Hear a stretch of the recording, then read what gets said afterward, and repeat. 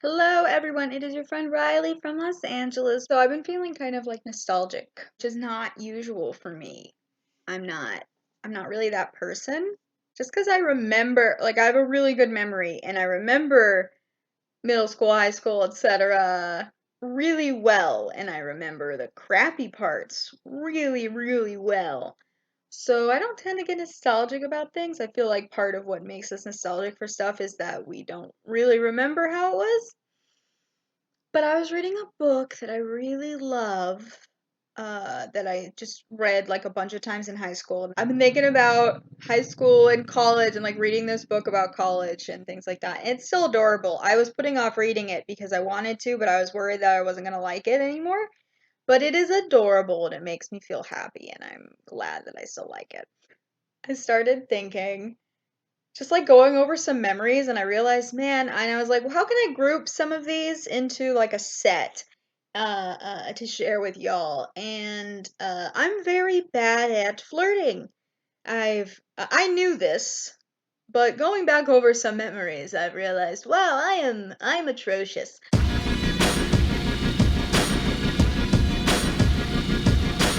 I know that some people are like, oh my god, I'm so bad at flirting. Like, I don't even realize when I'm doing it, but I guess guys say I like I'm not like the fake bad at flirting.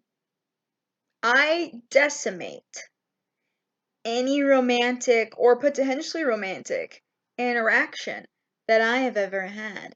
So I thought I'd take you through some of those stories today, 'cause they're delightful. Honestly, I think about it with nothing but joy.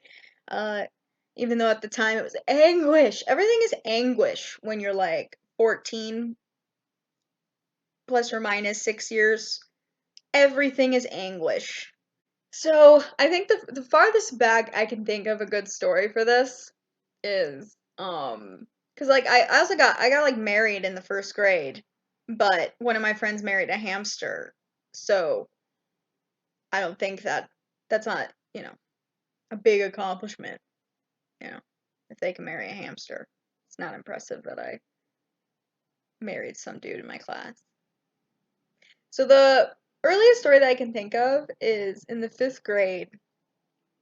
There was a boy. I don't remember his name now. It's something vague, like Kyle. Anyway, I'm gonna try to not use names in order to protect the innocent here. Yeah, he had some vague white boy name, and I I didn't feel like I could just talk to him because he was cute, and I didn't feel like I could just like it was just very hard for me, the idea that like you can just go up and speak to this person who you think is cute. I felt like I needed to provide some type of value in advance, which is why I'm a good marketer. I've always been like, I need to provide some type of value in this interaction before we move to the next step in our relationship. So I decided that I was really expert. Well, I didn't decide this, it was true. I was an expert on dragons. A lot of girls go through a horse phase. I went through a dragon phase. I'm not sure that I ever left the dragon phase. There are dragons all over my apartment right now. I freaking love dragons. So, and I read a bunch of books about them. I had so many books about dragons. And I even had this like little workbook.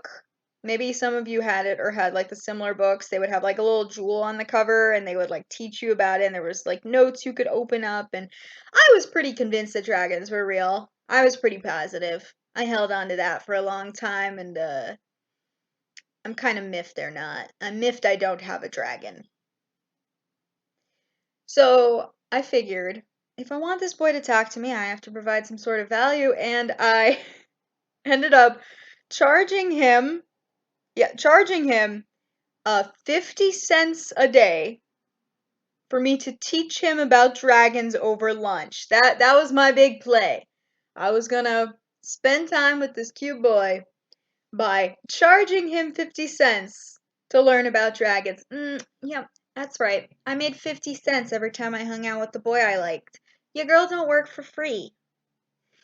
So, eventually, though, one of my friends, man, and I remember who it is, but I won't say their name.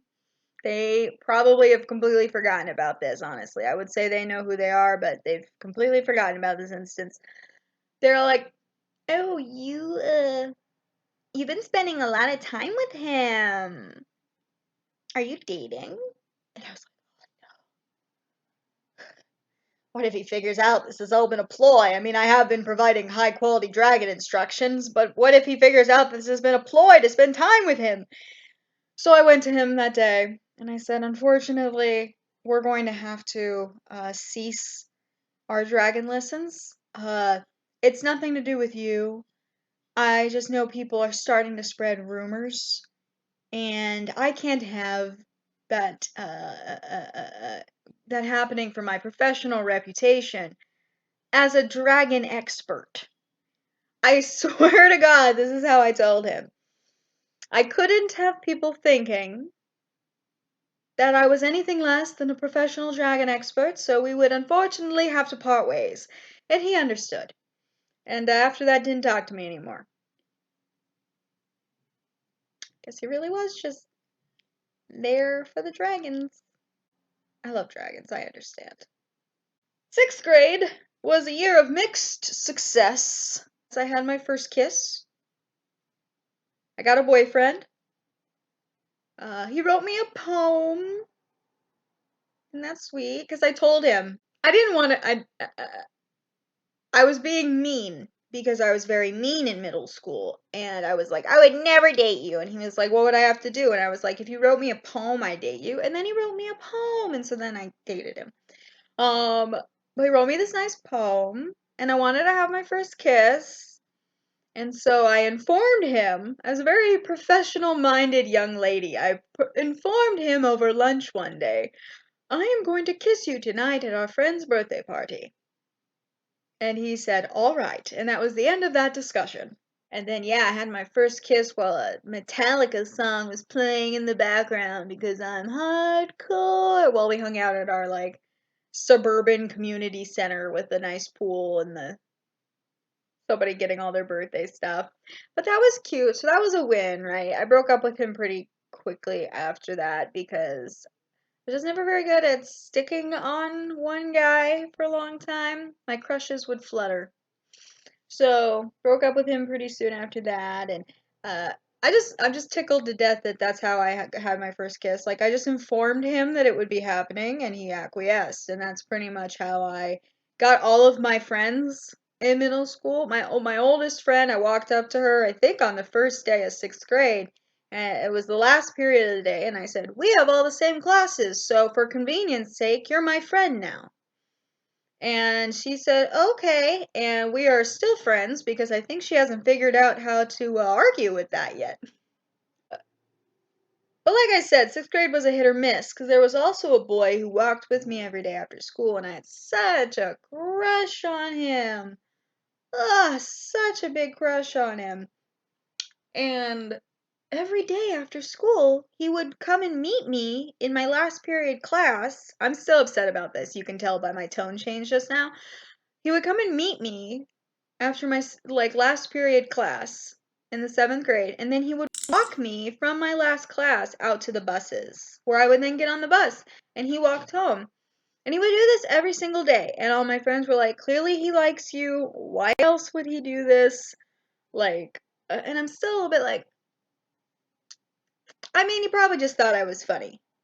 Like, people, a boy can want to hang out with a girl without wanting to date her. I mean, not to spoil the ending of this story. Anyway, he walked me every day from my class to the bus, and we talked, and I thought we were flirting. We were laughing anyway. I didn't know the difference. So I finally got the courage up.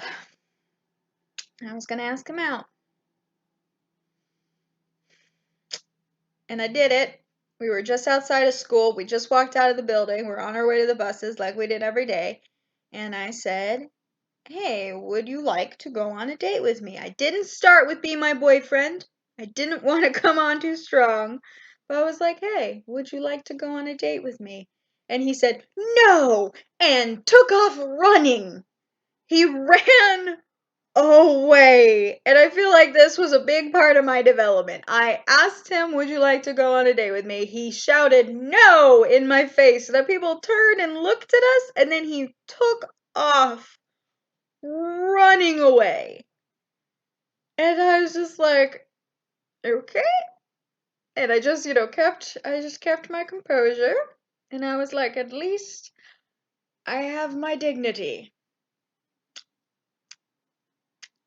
And I just walked the rest of the way to the bus, and we didn't walk together after that, because how do you come back from that? That bit of awkwardness. I wonder what was going through his head. You know, this awkward little boy. Just screamed no, and then ran away with like a panicked grin on his face. Very odd moment. 7th grade. I had a boyfriend every year in middle school. I got a different boyfriend in the 7th grade. I guess I used up all of my game pretty much in middle school until I was like 20. So, I got a different boyfriend. I was very excited. I'd had a crush on him for a very long time, off and on, since 6th grade, which feels like forever when you're 11. And, 12, I guess? I don't know. So I was very excited. And he immediately got sick and was out for a week. So the first week of us dating, uh, he wasn't there. And I don't even know if I had a cell phone at this point, which is crazy. And that's not to say that like, oh, at this point people had cell phones. Kids in my class had cell phones. Just I didn't. Or at least like I had one, but I was told like only call your mom and dad on. I think in 8th grade I started like texting people. We were on Yahoo Messenger all the time. Because Yahoo Messenger was the big thing. It was uh, before or after AIM, which was AOL Instant Messenger, and before Facebook was a thing. I think I was late to the party on every technological thing, so I still had a flip phone when kids were like, "Ew, you have a flip phone? The fuck?" And I'm like, "Oh, girl." So I had my phone, and I don't think we texted. I don't think I had a phone yet in the 7th grade. So me and this boy didn't text or message or anything. I was like, I think maybe I sent him something on Yahoo Messenger, and he was like, "I'm sick," and I was like, "Okay, well, I hope you feel better soon." And I was like, "Okay, like I can't wait for him to get back, and then I'll have a boyfriend, and that'll be fun because everybody says it's fun to have a boyfriend. We all keep desperately trying to get a boyfriend, so there must be something enjoyable about it, right?" So, the first day he was back, he sent a mutual friend to break up with me. And actually, my first boyfriend, he sent, and now ex, he sent him to break up with me for him. And the guy walked up with like it was like I was standing with like a phalanx of the ladies in our friend group, and the boy who was the messenger was standing with a phalanx of the guys in our friend group without my erstwhile boyfriend. And he walked up, and all he said was, "Don't hurt me." And all I did was I just said, "Why would I hurt you? I don't care." I was trying to find him to break up with him anyway. Let's go, ladies. And yeah, let's go. And like we girls just walked off, and like everybody was like, "He's not good enough for you. He's horrible." And I was like, "You're right. I'm awesome." And I was like, "I don't even care. He's not that cute." And then I went into the bathroom and cried. Because that's what you do. You go and you hide. And of course, all my friends were very nice and were like, "Do you want us to kill him?" I love my friends. Um, but I came back out after I finished crying. And don't worry, it's all fine. It's a happy ending because he got fat when we got to high school. So, uh, I'm fine with this now. I think a big thing, through middle school and then definitely in high school and college and just, I guess my whole life, I guess the entirety of my uh of my lifetime where people can flirt with each other. People have tried to flirt with me and I've had no idea I have taken whatever they said literally and responded in kind. I'll give you an example. So I think this was eighth. This was no, this was still seventh grade. So there was another boy. He was very cute. All of us had a crush on him at some point. He thought he was very tough. He was gonna do football in high school, etc. He was always like, "I'm gonna get a football scholarship to the expensive private school," and I was like, "Best of luck to you." And he didn't do that, of course, because all of us were trapped in the vortex that is Peoria, Arizona. But he wanted to show off how tough he was all the time. So he came up to me. He was like, "Oh, I've been working out," and I'm like, oh, "Okay." I didn't realize then that that was like the mating call of the dodo bird. Basically, he's like, "I've been working out," and I'm like, oh, "Okay, that's cool."